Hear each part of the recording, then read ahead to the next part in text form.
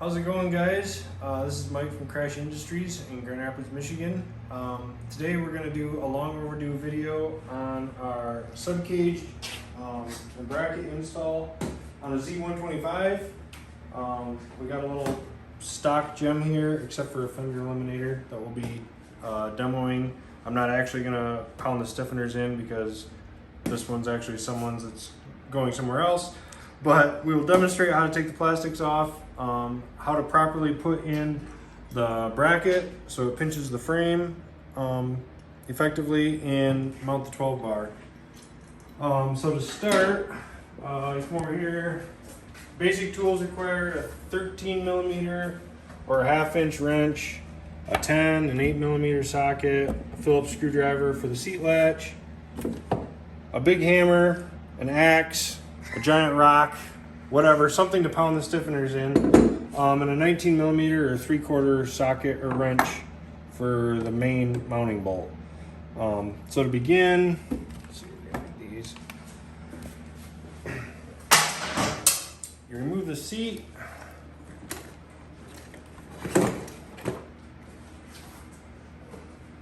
And you don't have to unhook the battery. You can just slide it ahead, don't cross the terminals, move it out of the way. Reach in here, unplug your light wires, basically anything that's going through this center hole, turn signals, tail light, whatever you may have. You may have to move a couple little brackets aside and everything. And the other thing is you have to remove these 2 Phillips screws for the seat latch.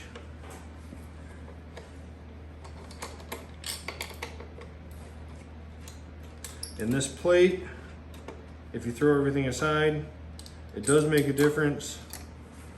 The latch will go back to its normal position. This has to be installed this way.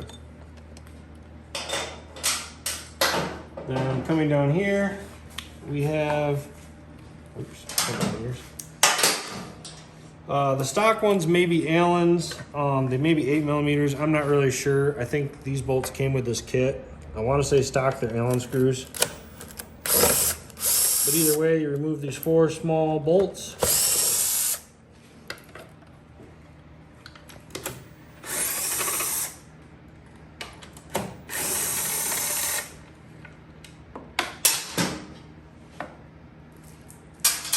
Whatever mounting hardware that came with, that will not be reused. You come down here. Oops, I thought I had everything removed. All right, I went to the toolbox, got a little pick. These have a little tab that release.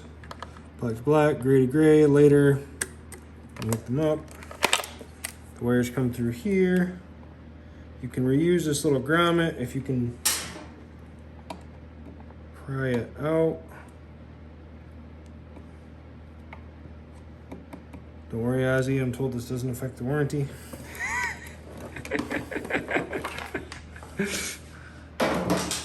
All right, because what you're trying to get to is you're trying to expose the square hole in the center here, and then unrestricted access to these 4 little stamp nuts.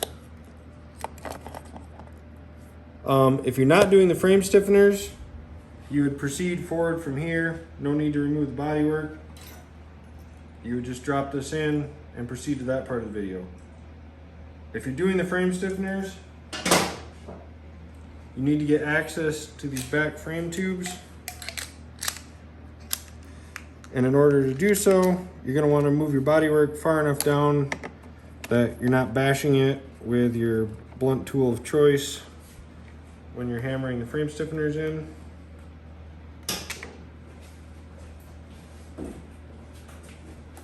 Hand screwdriver is going to take too long.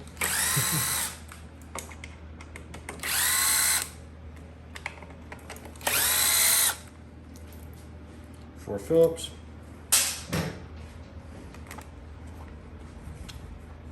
There's little grommets down in here. They push out. After, got ahead of myself. After some parts down here. I would recommend putting the stiffeners in for support right through here. I don't think it's as crucial on these as it is on the Groms. That's an absolute must-have. But it does help, as you'll see later. It just gives the tube some rigidity when you pinch the bracket down on it. So in order to proceed with this, we're removing the side plastics and the tail light. You have 2 Phillips screws back here.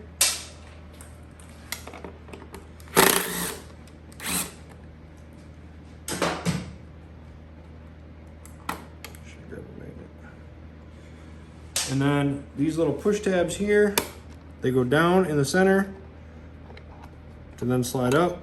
To reload them, so to speak, you just do that, put them in, push the lock.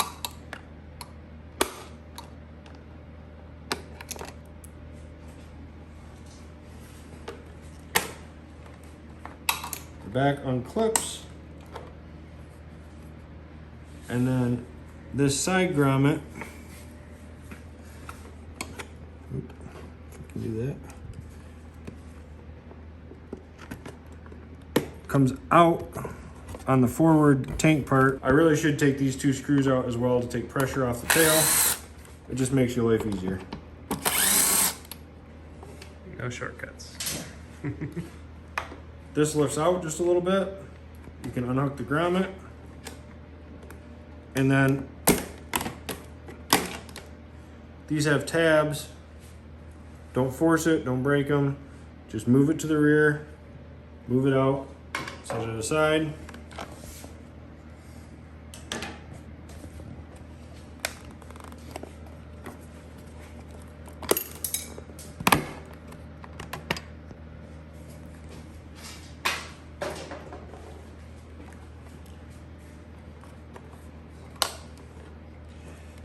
At this point, for the undertail, if you come down here, there's 2 more 8mm.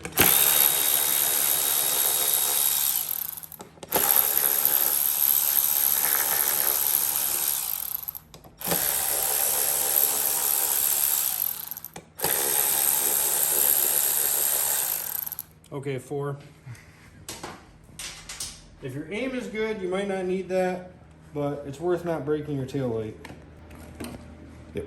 At this point, you have 2 more Phillips that were hidden behind.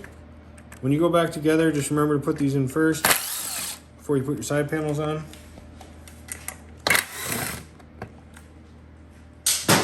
Now the tail section should drop down. You don't have to remove the regulator or the key or anything. You can pry it down to about this length. Put something in here, have a friend hold it, put a bungee cord on it, whatever. You just need to, well, we're not actually hammering for this video, so this will work. You just need to move this down and out of the way so you won't bash the tail light. Take a look at your tubes. If from the factory there's weld spatter on the inside or anything, take a little drill bit, pocket knife, whatever. Just clean up any burrs at the end of the tubes. You're gonna take your frame stiffeners, unwrap them. I have a demo one here. Spray some chain lube, WD-40, wipe some grease, KY jelly, I don't care what. Put some lube on this thing, it will go in hard. Spray a little oil down in the tube, line it up. I won't embarrass anyone by saying who did this, but someone messaged me and said they had a very hard time turning these in by hand. Don't bother. Take a hammer and go to town. Fewer bigger hits the better, so don't take a tiny little hammer and it will take forever. Drive it in, oiled up. Basically you want it to reach past this welded bar. Somewhere in here, it will get tight and bottom out because the frame takes a turn. If it gets down to within a ½ inch or so and it's absolutely not going anywhere and you can't get it to go in any further, it's good enough. If it goes down flush with the tube, take your hammer to bend the tube over a little bit, it'll never move. It's pinched here, pinched there. Solid piece.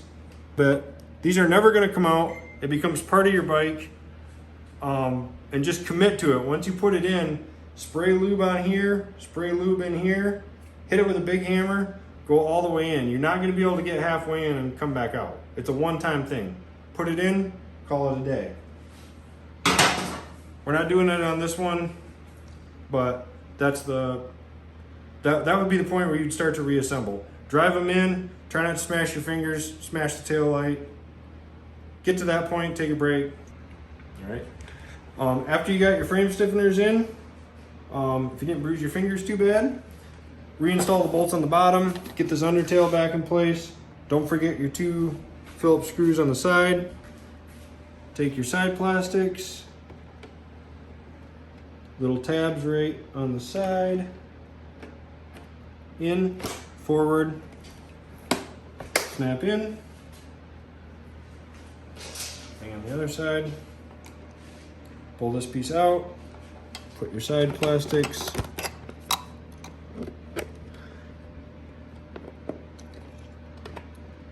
in the tabs, ahead,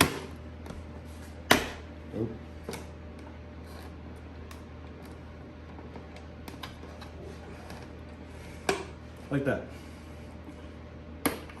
Grommets in. I'm gonna put all of the screws back in place here and the little cover. Also, I'm assuming pretty much everyone that's running a cage is going to put in an integrated tail light. That's another reason for not needing the wires to go out the bottom, because you're now going to run your integrated tail light wires here. You don't need it to go through the hole.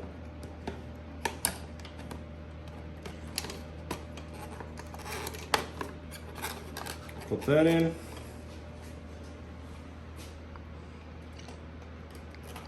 Tabs in place. And let's start.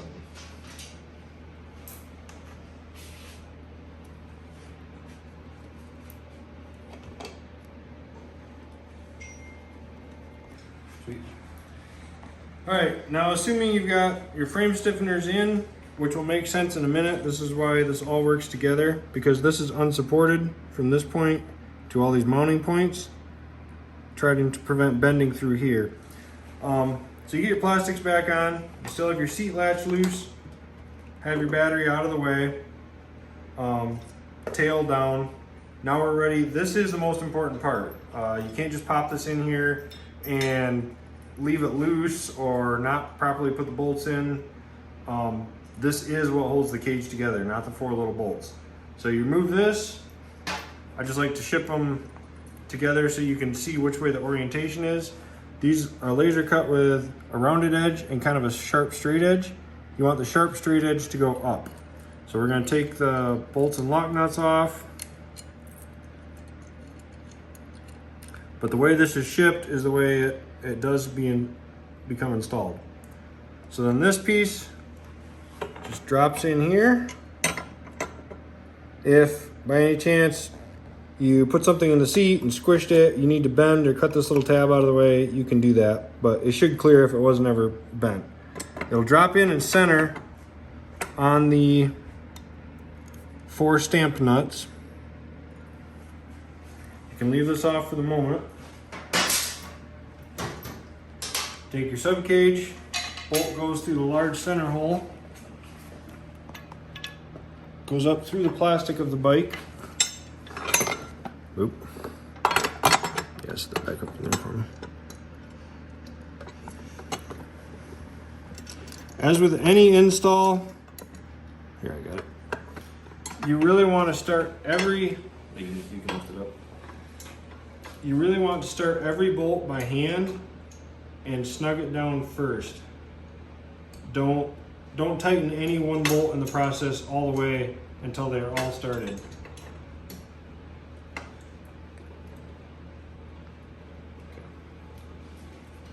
So now that you have your hands free, you take your 4 little bolts that come in the bag. These are little washers.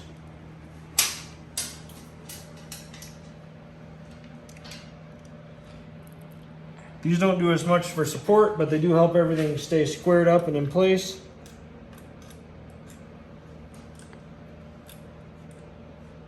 You're going to run them back into the stock bolt locations. again, hand thread everything in a little bit.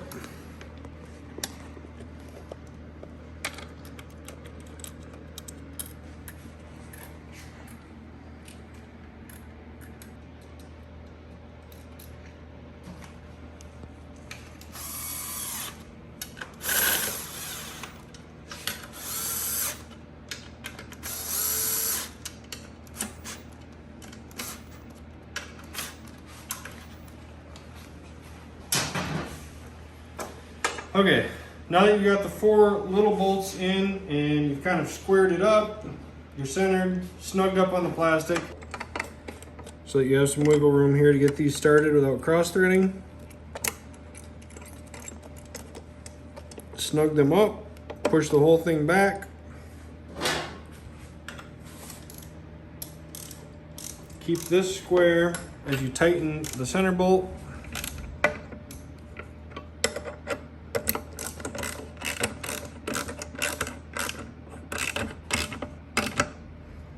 Get some pressure on it.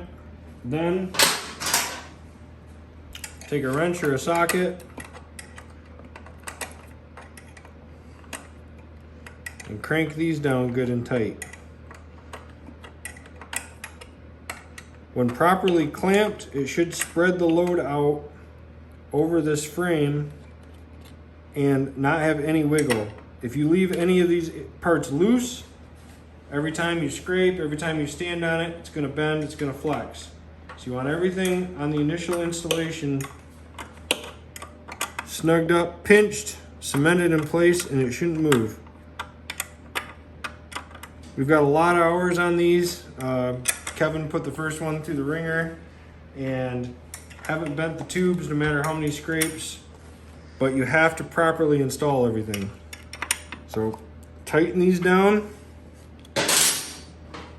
Make sure your cage is squared up.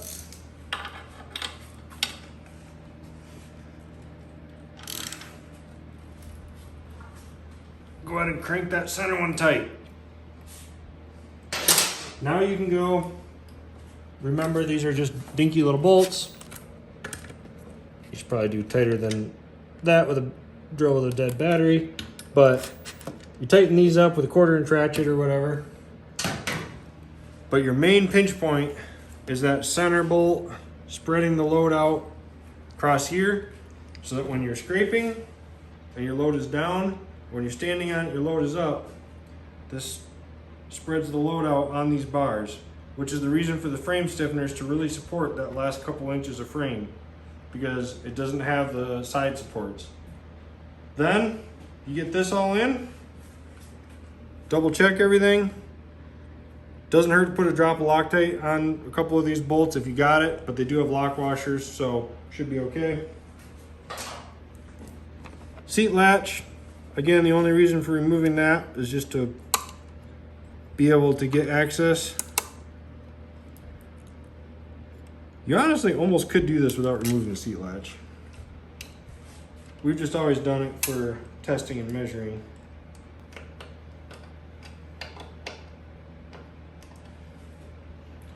That step may be optional if you're able to wiggle it in there. Put your battery ahead. Because of this metal plate running right here, just make sure you actually do have the rubber over the end of the battery or some kind of hold down. This is a bigger battery, so I don't think that matters. All right, there you have it. Crash Industries Subcage install. Sorry that video took a little bit long. It's really not too bad. You can do it with very basic hand tools. Reassemble, put the seat on, and there you have it. Available next day shipping at Crash Industries. We have a lot of common colors in stock, so go ahead and order today.